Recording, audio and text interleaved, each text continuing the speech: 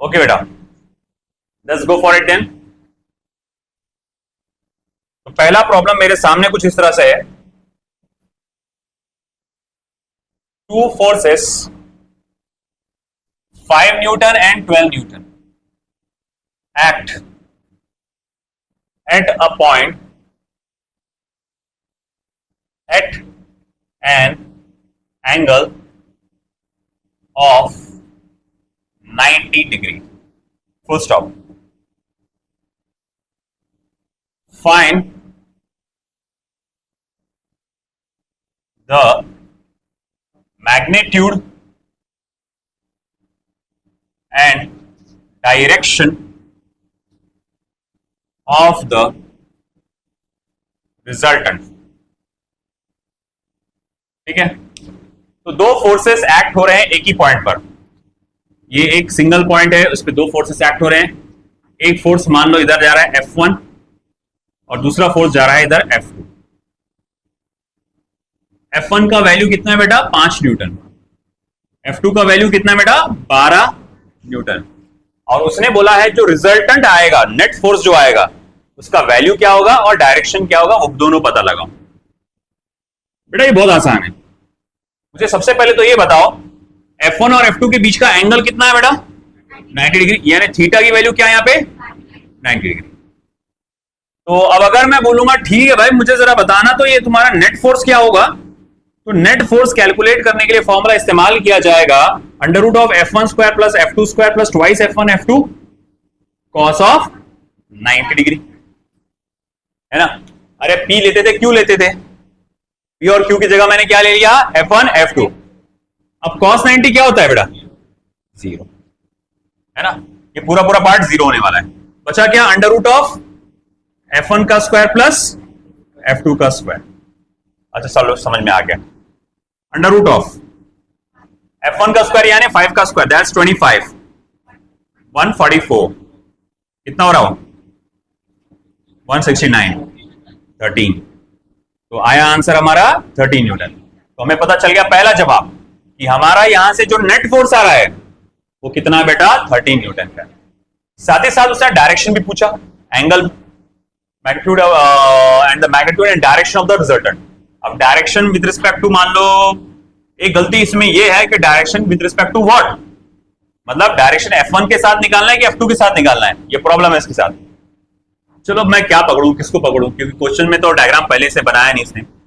चलो मैं F1 के साथ पकड़ लेता हूं। तो अल्फा, मुझे डायरेक्शन पता लगाना है आपका किसके साथ? F1 के साथ। बहुत आसान सा जवाब देता हूं मैं, वो बहुत आसान सा। तो इसके लिए फॉर्मूला यूज करेंगे, alpha is equal to tan inverse of opposite side. Opposite side क्या आएगा बेटा? F2। बोले अगर ये F2 है तो ये लाइन और ये लाइन एकदम सेम साइज की है ना, तो अगर ये वैल्यू 12 न्यूटन F2 है तो ये वाली भी क्या होंगी? 12 F2 और ये F1। अब मुझे बताओ कि अगर मैं tan अल्फा लगाऊं, tan थीटा का फॉर्मूला क्या होता है? Opposite side upon adjacent side. अरे अल्लाह, तुमको tan थीटा फॉर्मूला नहीं मालूम? मालूम है ना? तो बोलो tan थीटा का फॉर्मूला क्या होता है? Opposite side upon adjacent side. तो यहां अल्फा का ऑपोजिट साइड कौन होगा? F2। इसकी वैल्यू इसके बराबर होंगी ना, तो tan अल्फा का ऑपोजिट साइड होगा F2 और एडजेसेंट साइड क्या होगा? F1। बोले ठीक है F1। तो इसीलिए alpha equals to tan inverse of F2 upon F। फिर कोई बोला सर आपने तो कुछ अलग ही फॉर्मूला बताए थे, alpha is equals to tan inverse of Q sin theta upon P plus Q cos theta. ये फॉर्मूला बताए थे आपने, तो ये कुछ आप अलग ही बता रहे हो बेटा। कोई खास बात नहीं है। देख यहां पर P की जगह कौन है? F1 है और Q की जगह क्या है बेटा? F2 है। Q की जगह क्या है? F2। अल्फा किसके साथ एंगल बनता था? P के साथ ना, तो इसीलिए F1 है और Q की जगह क्या है? F2 है। तो चलिए फॉर्मूले में पहले मैं वो डाल देता हूं, tan इनवर्स ऑफ Q की जगह F2 sin theta F1 plus F2 sin theta, sorry cos theta. अच्छा ठीक है, यहां पर थीटा की वैल्यू क्या है बेटा? 90 डिग्री है। अच्छा ठीक है, थीटा की जगह डालूंगा मैं साइन 90 और ये हो जाएगा कॉस 90। साइन 90 कितना होता है बेटा? 1 और कॉस 90 0, तो ये 0 हो जाएगा। तो alpha equals to tan inverse of F2 multiply by 1, इतना पार्ट हो गया 0, बचा क्या? F1। क्या नजर आया? वही फॉर्मूला 1 के नजर आया है ना। ये डायरेक्ट फॉर्मूला सिर्फ कहां लगा सकते मालूम क्या? अगर इन दोनों के बीच में का एंगल 90 डिग्री है तो सिर्फ और सिर्फ वही लगता है। और 90% चांस है, 99% चांस है सिचुएशन यही रहेगी, है ना। 99 थोड़ा ज्यादा बोल दिया, 95 है ना बीच का। 95% चांस है कि आपकी सिचुएशन ये रहेगी। तो इसीलिए ये डायरेक्शन याद रखो। अगर मान लो उसने बोला होता कि मेरे को डायरेक्शन पता लगाना है या एंगल पता लगाना है, मान लो ये एंगल को मैं नाम दे देता बीटा, है ना। Alpha equals to tan inverse of कितना है अपने पास? F2 upon F1। पहले निकाल लेते हैं अल्फा की वैल्यू। तो टेन इनवर्स ऑफ F2 कितना है बेटा अपना? 12। और ये कितना बेटा? 5। ये छोड़ दो, अब इसको यही छोड़ दो, उससे आगे कुछ नहीं कर सकते तुम अभी। Ten inverse of 12/5। अब अगर वो बोलता मुझे एंगल पता लगाओ with respect to F2, resultant का या टोटल का डायरेक्शन F2 के साथ क्या होगा, तो मैं बोलूंगा मेरे को बीटा निकालने को बोला है उसने। अच्छा, tan ऑफ बीटा क्या होता है? तो बोले opposite side upon adjacent side. Beta का ऑपोजिट साइड क्या? देखो भाई ये F1 है और ये साइज कैसी है बेटा? सेम है। तो ये साइज भी किसके बराबर होगी? F1 के। तो इस बीटा का ऑपोजिट साइड क्या है? F1। और एडजेसेंट साइड क्या है? F2। तो ये फॉर्मूला बनेगा F1 अपॉन F2 और beta equals to tan inverse of, वो हो जाएगा 5 अपॉन, यही छोड़ देना। आया समझ में? तो 90 डिग्री के मामले में हम डायरेक्शन ऐसे फॉर्मूले से निकालते हैं। चलो कॉपी करो।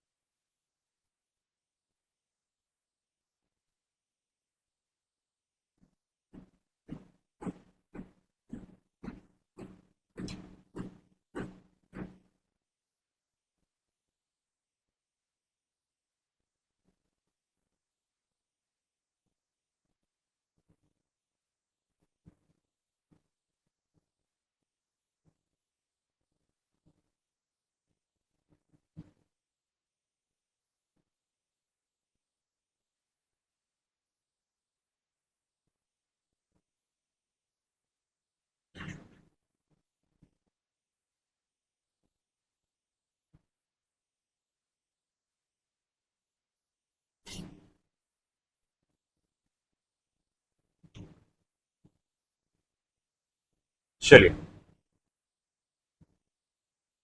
To forces are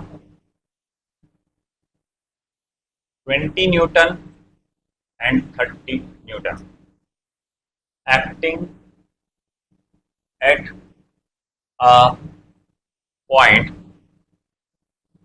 simultaneously.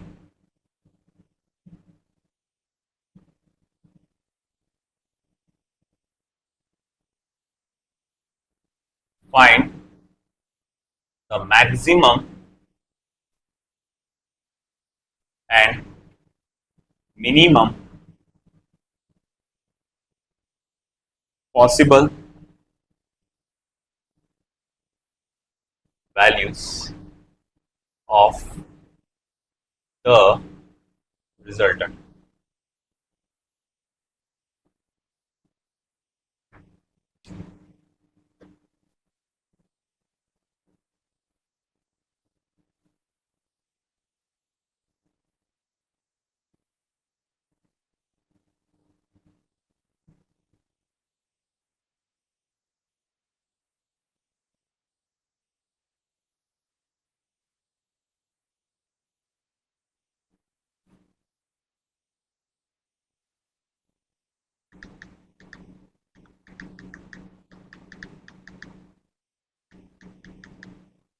वाह, उधर का हो गया। तो दो फोर्सेस लग रहे हैं एक ऑब्जेक्ट पे। एक फोर्स है 20 न्यूटन का, दूसरा फोर्स है 30 न्यूटन का। वो कह रहा है find the maximum and minimum possible value of resultant. Orally बता सकते, बोलो कौन बता सकता ओरली?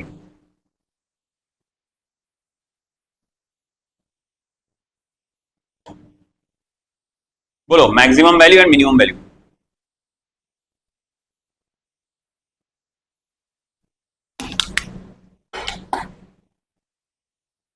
वेक्टर एडिशन के तुमने कितने केसेस पढ़े?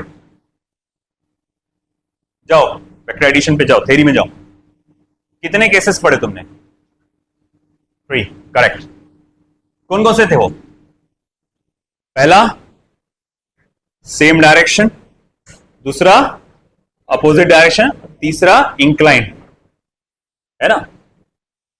आपको याद होगा मैंने बताया था जब दो वेक्टर सेम डायरेक्शन में होते हैं रिजल्टेंट अपनी सबसे हाईएस्ट वैल्यू पे होता है। मैंने बताया था ना कि अपन जैसे जैसे जैसे जैसे अपन बढ़ाते जाएंगे वैल्यू कम कम कम कम कम होती जाएगी, और सबसे कम जब वो वेक्टर्स ऑपोजिट डायरेक्शन में होंगे। जब दो वेक्टर सेम डायरेक्शन में होते हैं तो टोटल वैल्यू कैसे निकालते हैं अपन? डायरेक्ट ऐड करके। और जब दो वेक्टर्स ऑपोजिट डायरेक्शन में होते हैं तो सबट्रैक्ट करके। तो मैक्सिमम कब आता? जब वेक्टर्स सेम डायरेक्शन में हो। और सेम डायरेक्शन में अपन क्या करते हैं? ऐड। तो जरा बताओ तो मैक्सिमम फोर्स कब रहेगा, या मैक्सिमम फोर्स की वैल्यू क्या रहेगी? डायरेक्ट आप बोल सकते ऐड करके लिख लो 50 न्यूटन। अच्छा मिनिमम फोर्स की वैल्यू क्या रहेगी फिर? 10 न्यूटन। बात खत्म, एकदम इजी, है ना? बाकी सारी वैल्यूज हर एक एंगल पे, अलग अलग एंगल पे जो भी वैल्यूज रहेंगी ये 10 और 50 के बीच में ही रहेंगी। 50 और जब तुम ये करेंगे 10, बाकी कोई भी एंगल पे अगर आप वैल्यू निकालोगे तो ये 10 एंड 50 के बीच में ही आने वाली है। उससे आप ना इससे ऊपर आएगी ना इससे नीचे आएगी। अब इसी पे बेस्ड एक क्वेश्चन है तुम्हारे पास।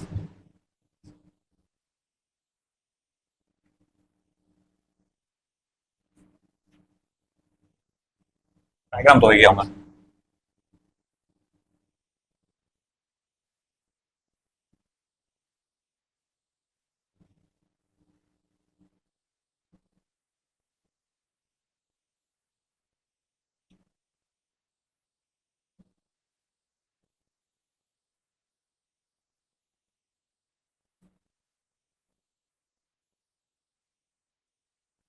Which resultant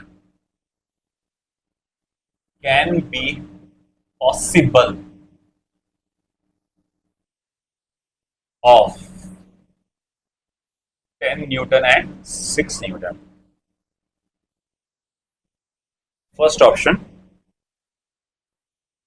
3 Newton, second option 18 Newton, third option 10 Newton,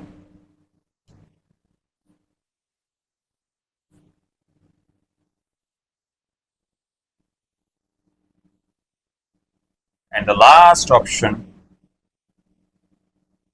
1 Newton.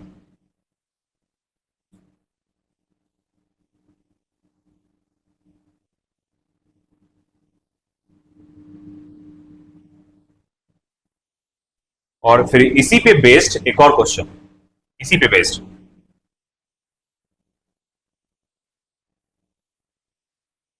which resultant cannot be possible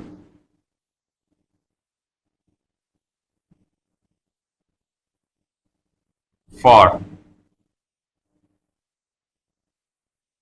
10 Newton and 6 Newton respectively.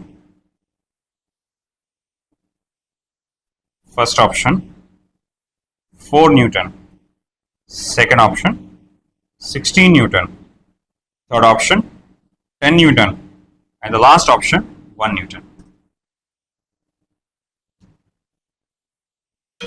Okay बेटा, क्या लगता है इसमें?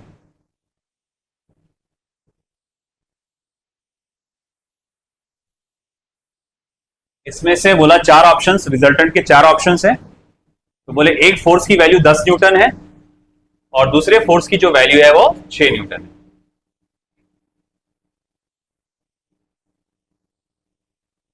तो वो कह रहा है कि रिजल्टेंट की कौन सी वैल्यू पॉसिबल है। बोलो, आपका कहना जवाब 18। सोच समझ के जवाब देना है, सब कुछ कैलकुलेट करके जवाब दो।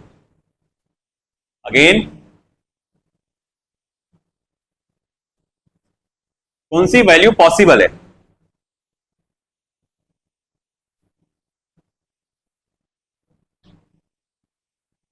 कौन सी वैल्यू पॉसिबल है?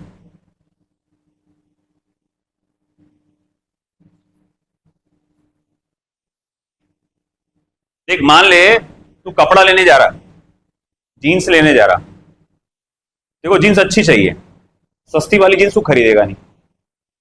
बोले यार देख, अच्छी ब्रांडेड जीन्स चाहिए, कम से कम 1000 में भी अच्छी ब्रांडेड जीन्स मिल गई तो ले लेंगे। मैंने बोला नहीं, बजट तो ज्यादा है। मैं क्या को बोलूंगा, वो बोलेगा मैं थोड़ी जा रहा था वो जीन्स खरीदने के लिए, है। बोले तेरा बजट तो ज्यादा जाएगा, तो बोले ज्यादा से ज्यादा 2000 ले सकता हूं। अब देखो, दुकानदार कई सारी जीन्स बताएगा, 300, 400, 600 से लेकर 10,000 तक बताएगा। तो कौन सी खरीदेगा? कौन सी खरीदेगा? वही जीन्स खरीदेगा जो तेरे बजट के अंदर आती। तेरे बजट का वैल्यू क्या है? कम से कम 1000, ज्यादा से ज्यादा 2000। 1000-2000 के बीच में अगर कोई जीन्स है तो वो खरीद सकता तू। 1000 के नीचे वाली खरीद सकता क्या? न्यू खरीदेगा? क्यों नहीं खरीदेगा? बोले क्वालिटी लो है। 2000 के वाली क्यों नहीं खरीद सकता? अपन गरीब है उसके लिए, है कि नहीं? तो भाई तुम्हारा रेंज डिसाइड हो गया ना कि तुम रेंज क्या है तुम्हारा? मिनिमम 1000, मैक्सिमम 2000, है कि नहीं? तो तुम जो भी खेलोगे कि मिनिमम और मैक्सिमम के बीच में खेलोगे। अब फोर्सेस की दो वैल्यूज है, तो इस फोर्स की एक मिनिमम वैल्यू होगी, रिजल्टेंट की एक मिनिमम वैल्यू होगी और एक मैक्सिमम वैल्यू होगी। मैं आपसे पूछूंगा फोर्स की मिनिमम वैल्यू क्या हो सकती है? मिनिमम वैल्यू क्या पॉसिबल है? 4 न्यूटन। माइनस करेंगे ना अपन, दो वेक्टर्स जब ऑपोजिट डायरेक्शन में होते हैं तो वो सबसे मिनिमम होते हैं। तो मिनिमम वैल्यू क्या पॉसिबल है? 4 न्यूटन। अच्छा, मैक्सिमम वैल्यू क्या पॉसिबल है? 16 न्यूटन, है ना? और मैंने अभी थोड़ी देर पहले क्या बोला कि फोर्सेस की जो भी वैल्यू रहेगी वो ये मिनिमम से लेकर मैक्सिमम के बीच में रहेगी, यानी 4 से लेकर 6 के बीच में रहेगी। क्या ये 4 से 6 के बीच में है क्या? सर 4 से 10, 16 है ना, 16 सॉरी, 4 से 16 के बीच में है क्या? ये है क्या? 16 से ज्यादा है वो, है ना? ये है क्या? ये है ना? तो ये रहेगा पॉसिबल। अब इसी पर बेस्ड ये वाला आंसर है, which resultant can not be possible, नहीं हो सकता, हो सकता और ये नहीं हो सकता वाला जवाब है। तो तुम बताओ मुझे देख के कौन सा पॉसिबल नहीं है? हाँ, जोर से बोलो। D for doctor. हाँ, सही है। क्यों? क्योंकि हमारे को फोर्सेस कहां से कहां तक चाहिए? 4 से लेकर 16 के बीच में। ये 4 आ गया, 16 आ गया, 10 आ गया, ये मिनिमम आ गया, मैक्सिमम आ गया, बीच का आ गया। तो ये तो पॉसिबल ही नहीं है। आया समझ में?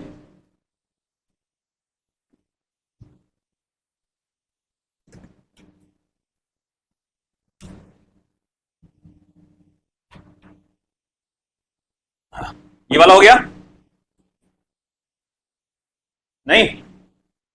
अरे जल्दी करो भाई, स्पीड बढ़ाओ सब लोग।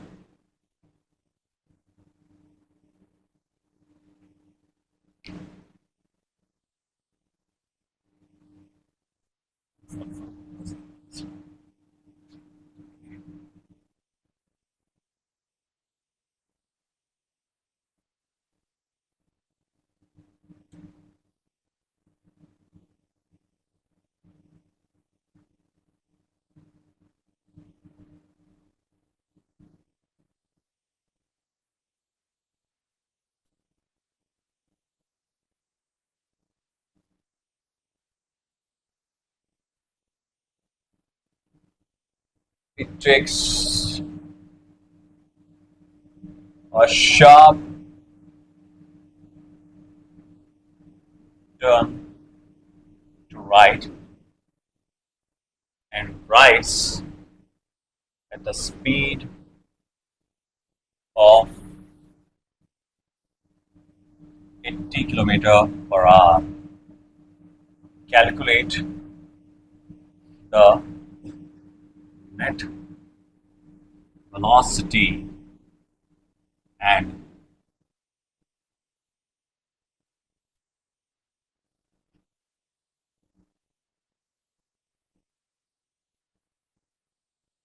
the direction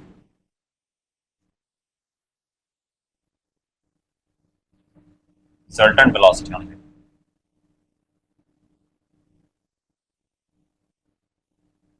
Direction of resultant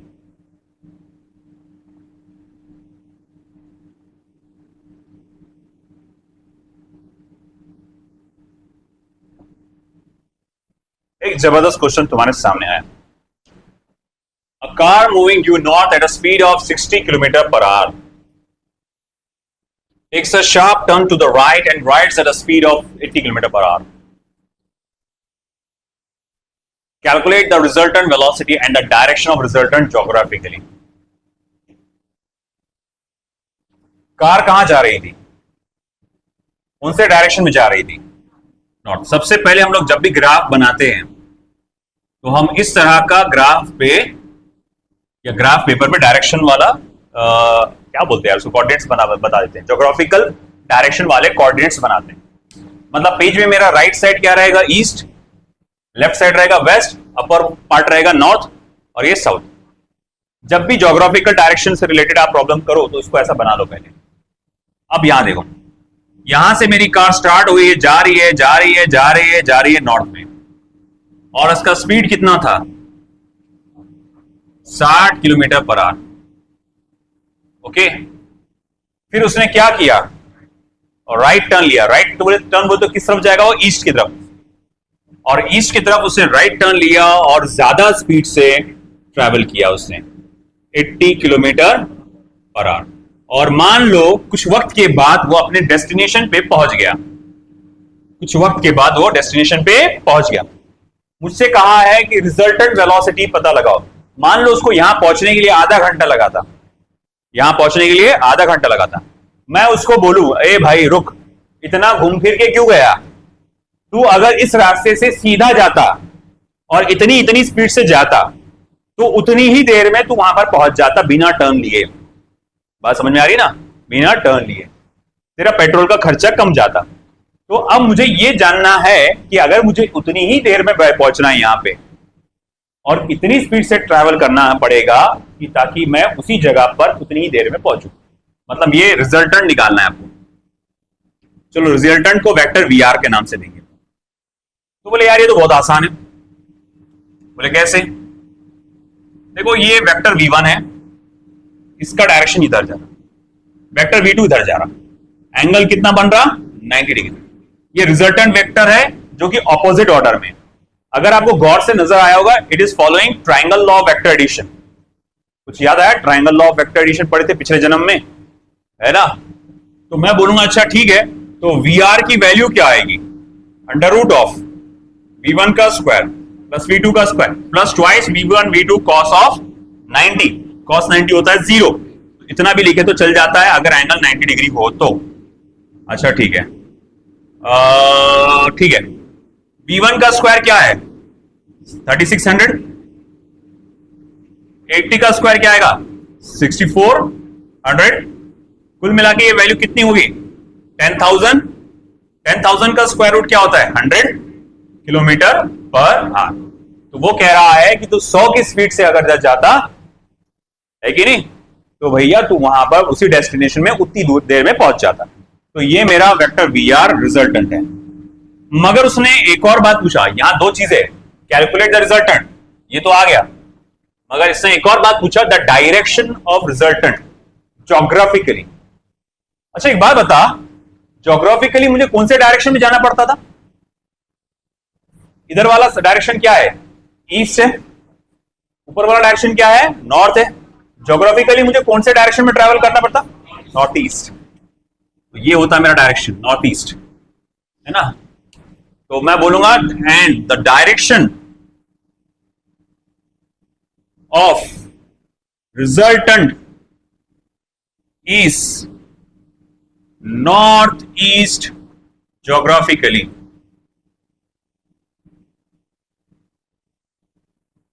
है ना? ज्योग्राफिकली उसका डायरेक्शन क्या होगा बेटा? North east. लिख लो।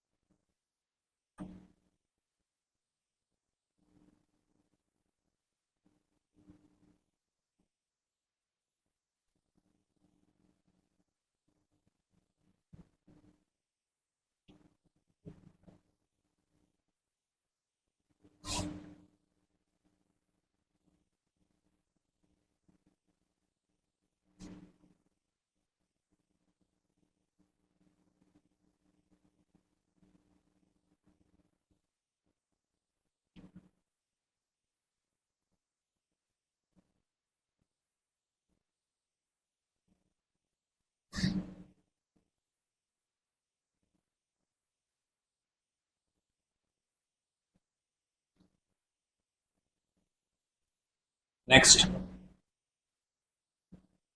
To vectors have magnitude 3 units, comma, not comma, and 4 units respectively. Stop. What should be the angle between them if the magnitude of the resultant, if the magnitude of the resultant is A 1 unit, B 5 unit and C 7 unit. Option नहीं है बेटा, ये question किस part से वो तो समझेंगे तो ये इनमें से कोई आंसर है करके।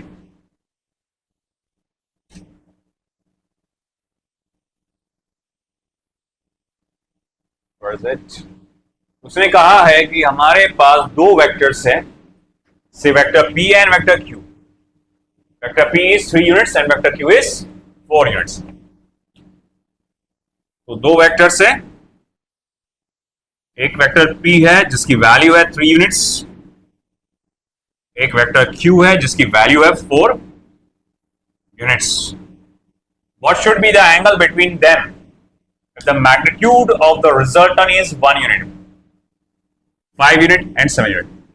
तो पहला जवाब ये कह रहा है अगर मैग्नीट्यूड, अगर रिजल्टेंट 1 यूनिट आया है तो उसके बीच में का एंगल क्या रहेगा.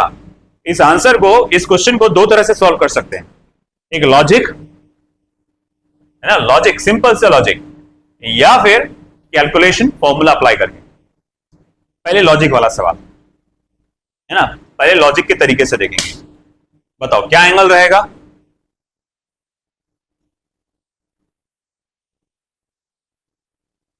एनीबॉडी, क्या एंगल रहेगा. एक वेक्टर है 3 यूनिट्स, एक वेक्टर है 4 यूनिट्स, रिजल्टेंट आया 1 यूनिट, तो दोनों वेक्टर के बीच का एंगल क्या होगा.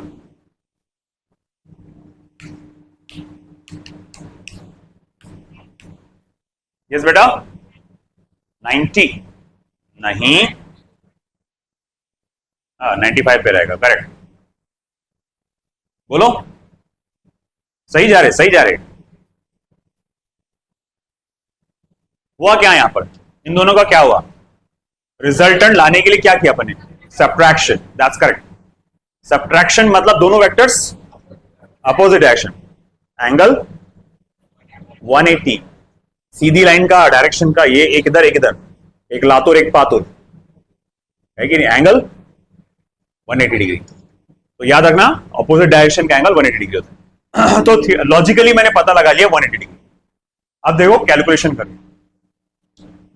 हमारे पास बेसिक फॉर्मूला क्या है, R equals to under root of p square plus q square plus twice p q cos of theta. Vectors के बीच का एंगल निकालना है ना। अब आप बोले सर वो वाला alpha equals to tan inverse of q sine, वो रिजल्टेंट का एंगल वेक्टर के साथ था, ये वेक्टर के बीच का एंगल निकालना है अपने को। उससे भी निकाला जा सकता है, ऐसा नहीं, उससे भी निकाला जा सकता है, फिर उसके लिए मुझे रिजल्टेंट का एंगल चाहिए होगा, अल्फा की वैल्यू चाहिए होगी, वो लंबा चौड़ा है, जानो छोड़ो इधर ध्यान दो। आर कितना आया 1 अंडर रूट ऑफ पी का स्क्वायर क्यू का square 2 multiply by P Q 3 4 12 cos of theta. सही है, यहां तक सही है। 9 प्लस 16 क्या होता है 25 और ये 24 हो जाएगा। तो 1 is equal to under root of 25 24 cos of theta. Square ले लो 25 plus 24 cos of theta. 1 minus 25 होता है minus 24 cos of theta. Cos theta equals to -1 और कॉस थीटा इक्वल्स टू -1 कब आता, पता नहीं कब आता, अरे बाबा 180 डिग्री पे आता। इसीलिए बोलते हैं पहले से रहना, है ना, पढ़ाया था ना बेसिक बैच में सारी चीजें, ट्रिग्नोमेट्री सब वो। खैर कोई बात नहीं, आगे तो कवर करना ही पड़ेगा मुझको। तो आया समझ में? तो ये इस तरह से ये वैल्यू आ गई। अब देखो आगे का,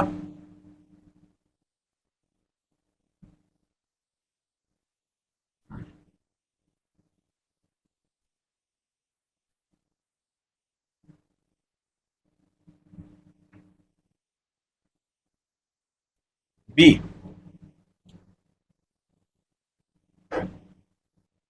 अब मुझे आर की वैल्यू क्या दिया है बेटा 5 यूनिट। अगेन लॉजिकली पता लगा सकता हूं मैं इसको, अंडर रूट ऑफ 3 का स्क्वायर प्लस 4 का स्क्वायर करूंगा तो 5 आता है कि नहीं। और ये सिर्फ under root of 3 square plus 4 square कब करते हैं जब वो परपेंडिकुलर रहता। मगर नहीं सर वो लॉजिक नहीं लग रहा, तो कोई बात नहीं,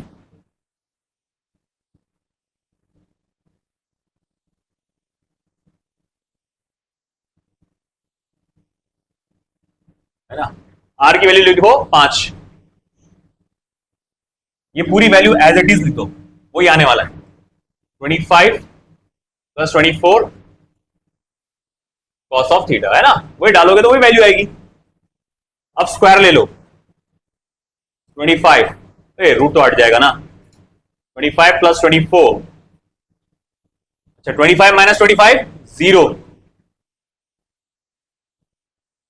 cos theta is equals to 0 और थीटा इक्वल्स टू क्या होगा 90 डिग्री। कॉस 90 0 होता है ना। अगर ये आ भी गया तो ये मालूम होना जरूरी है कि कॉस 90 0 होता है करके, तो जो हमने कहा था। अब तीसरा, आर की वैल्यू क्या है बेटा 7, ये कब पॉसिबल है डायरेक्ट ऐड करने पे। डायरेक्ट ऐड कब करते हैं जब डायरेक्शन सेम हो। अगर दो वेक्टर्स का डायरेक्शन सेम हो तो एंगल कितना होता है 0। लॉजिकली भी सॉल्व कर सकते थे, मगर नहीं, लॉजिक तो नहीं। तो कैसा, r equals to under root of p square plus q square plus twice p q cos of theta. आगे क्या, पी स्क्वायर, आर की वैल्यू क्या आ रही 7 ना, और ये पूरा कितना आ रहा 25 प्लस 24 कॉस थीटा। चलो ठीक है,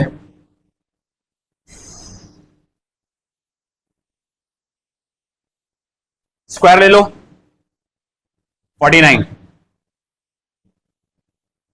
25 plus 24 cos of theta. 49 minus 25 कितना होगा 24, 24 equals to 24 cos of theta, है ना। 49 माइनस 24 ये कैंसिल हो जाएगा, कॉस थीटा इक्वल्स टू क्या बचेगा 1। कॉस थीटा 1 कब होता जब थीटा की वैल्यू क्या होगी 0 डिग्री। देखो आ गया। लॉजिकली अगर कैलकुलेट करोगे तो फटाफट आ गया, 1 सेकंड में आंसर आता, नहीं तो फिर पूरा कैलकुलेट करना पड़ता। करो, लिख लो।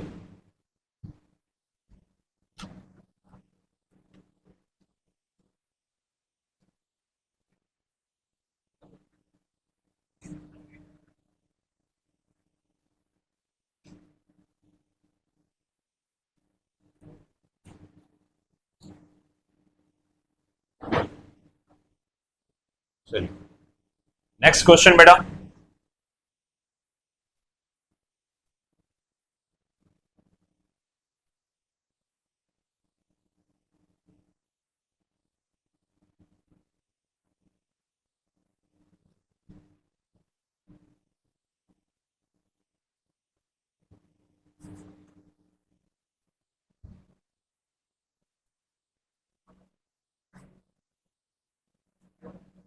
Two forces,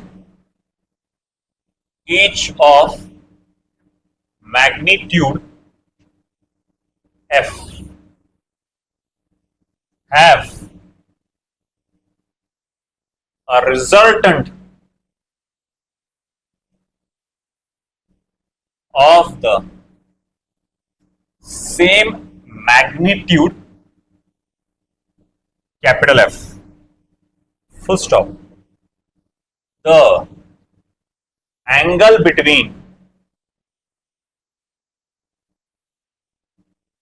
the two forces is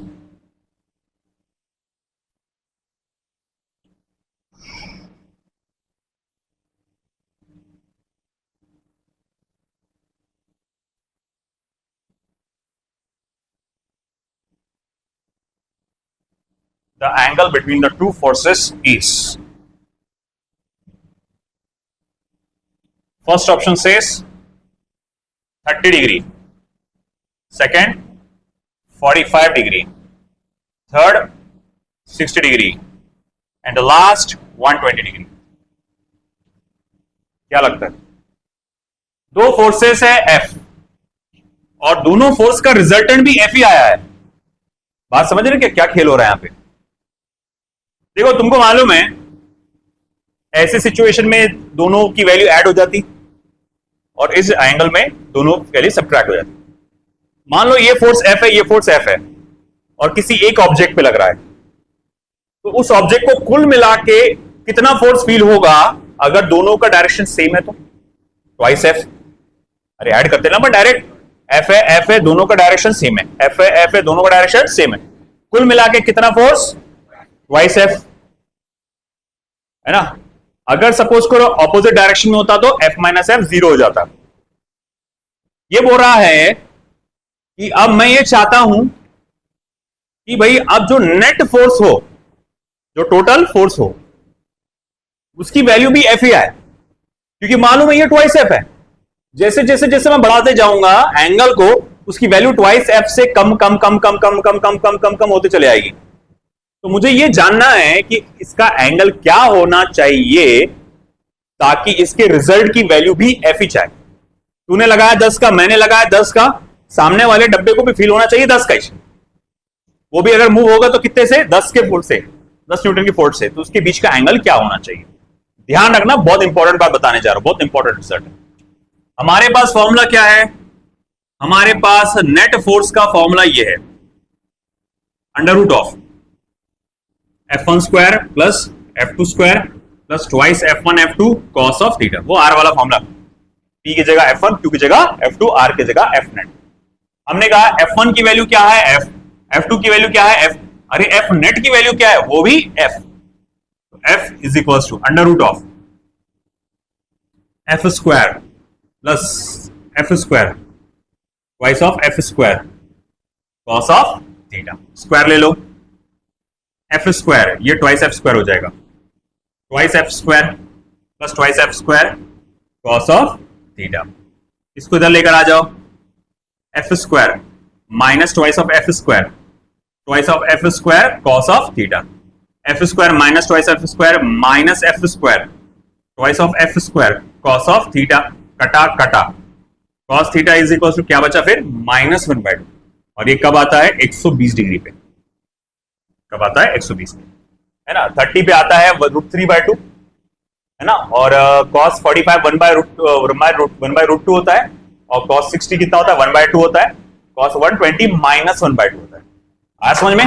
तो एंगल कितना रखना पड़ेगा भैया 120 डिग्री, कितना रखना पड़ेगा 120 डिग्री, तब जाके आप देखेंगे कि भाई आपका रिजल्ट का भी सेम आंसर आ रहा है। आया समझ? और अब लिख लो पहले तुमको, फिर तुमको कुछ शॉर्टकट्स लिखा के दे रहा हूं मैं।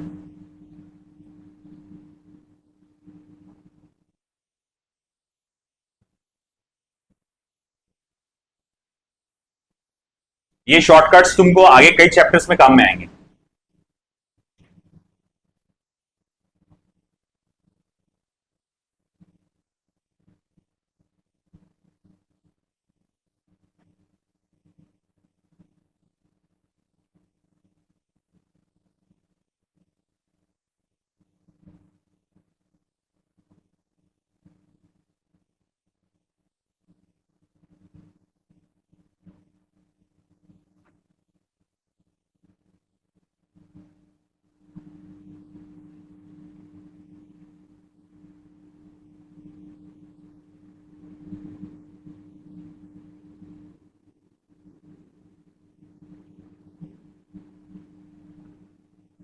वहां एग्जाम्पल लिखूंगा।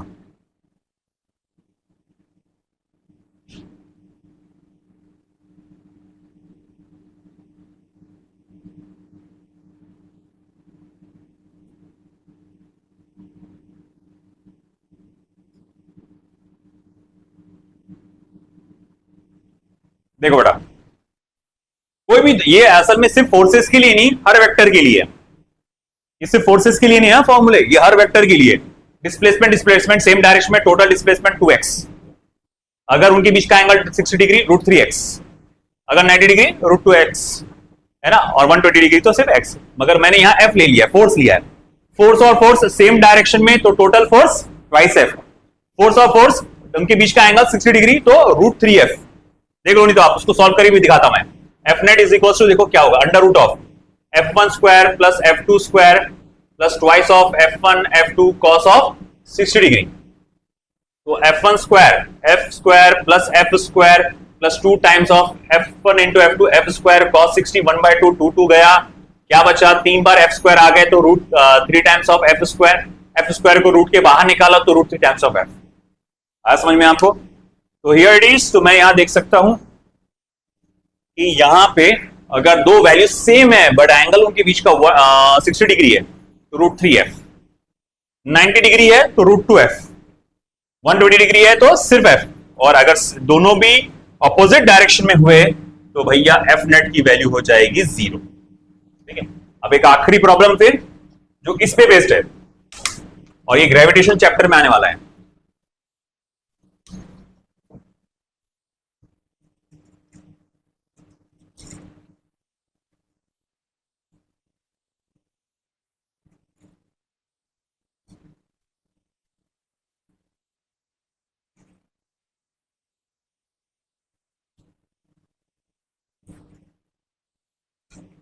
Three-point masses are placed, small m, are placed at the vertices of an equilateral triangle.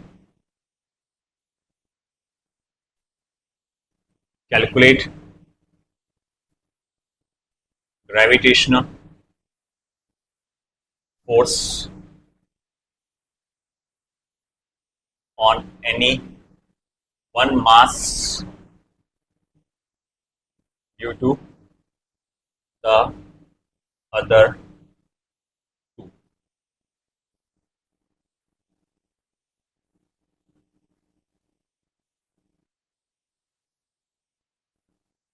एक इक्विलैटरल ट्रायंगल है जिसके सभी साइड्स डी डी करके हैं। ये terminal A, terminal B, terminal C, यहां पर एक मास m है, यहां एक मास m है, यहां एक मास m है। और फिर ये जो है, देखो कोई भी एक मास को पकड़ो, ग्रेविटेशनल फोर्स आपने पढ़े ना 10th में, न्यूटन बाबा ने क्या बोले थे ग्रेविटेशनल फोर्स के बारे में? यूनिवर्स का हर पार्टिकल हर दूसरे पार्टिकल को अट्रैक्ट करता है, और जो फोर्स ऑफ अट्रैक्शन होता है डायरेक्टली प्रोपोर्शनल होता है प्रोडक्ट ऑफ देयर मासेस को, और इनवर्सली प्रोपोर्शनल होता है square of distance between them. अगर ये मास m1 है, ये मास m2 है, बीच का डिस्टेंस r है, तो ग्रेविटेशनल फोर्स का फॉर्मूला आता है gm1 m2 upon r square, है ना। अब यही फॉर्मूला इस्तेमाल करना है। देखो ये तीनों एक दूसरे को खींच रहे होंगे, मगर किसी एक को टारगेट बना दो। मान लो ए को टारगेट बनाते हैं, तो ए को बी अपनी तरफ खींच रहा होगा with a force F B, और सी भी इसको अपनी तरफ खींच रहा होगा with a force F C. अब ये दोनों उसको अपनी अपनी तरफ खींच रहे हैं, तो उसको कुल मिला के फोर्स किधर फील होगा बेटा? बीच में। अच्छा एक बात बताओ, ये मास m और ये मास m, सब लिखना स्टॉप करे, सिर्फ इधर ध्यान दे। ये मास m, ये मास m, ये मास m, ये मास m, जोड़ी सेम है, mm mm, distance d, distance d, distance भी सेम है, मतलब तुम्हारा ग्रेविटेशनल फोर्स दोनों का कैसा होगा? सेम। तो मैं यहां लिख सकता हूं एक बात कि देखो भैया ये FB और FC का जो फोर्स रहेगा ना वो सेम रहेगा, तो इसको एक काम करो, सिर्फ F बोल दो, सेम ही रहने वाला है ना, तो F बोलो। अच्छा ठीक है, अगर मैं FB या FC दोनों में से किसी एक का फोर्स निकालता हूं तो कितना आएगा? G m1 m2 यानी कि m का स्क्वायर अपॉन d का स्क्वायर। G m1 m2 है ना, ये G m1 m2 upon distance का स्क्वायर, तो G m1 m2 यानी m इंटू m यानी m स्क्वायर अपॉन डिस्टेंस का स्क्वायर यानी कि d का स्क्वायर। अच्छा ठीक है, मान लो तो सिर्फ FB की अगर मैं बात करूं, सिर्फ FB की, तो वो फोर्स कितना है? gm square upon D square. वैसे ही सिर्फ FC की अगर मैं बात करूं, कितना फोर्स है? gm square upon D square. अब मुझे निकालना है नेट फोर्स। बताओ FB और FC सेम है ना? हाँ बोले सेम है। उनके बीच का एंगल कितना है? बोले 60 डिग्री। बोले आपको कैसे मालूम? Equilateral triangle. तो बोले अच्छा ठीक है, अगर दो फोर्सेस की वैल्यू सेम रहे और उनके बीच का एंगल अगर 60 डिग्री रहे तो टोटल फोर्स क्या लिखा जाता है? √3f। तो अब क्या लिखा जाएगा? √3 टाइम्स ऑफ f यानी √3 times of gm square upon d square. ये वो आंसर आएगा। ये अभी आने वाला है, इस टाइप के प्रॉब्लम तुमको आने वाले ग्रेविटेशन चैप्टर में, है ना। अभी तो सिर्फ टूल सिखाना था तुमको मुझे, तो मैंने एक एग्जांपल ले लिया आगे का, मगर ये सब चीजें रिपीट होती रहती है। तुमसे जितने भी लॉस पढ़ रहे हो ना अभी, ये सब आगे के चैप्टर्स में रिपीट रिपीट रिपीट आते ही रहते। Okay, that's enough for today, बाकी देखेंगे कल। भाई यार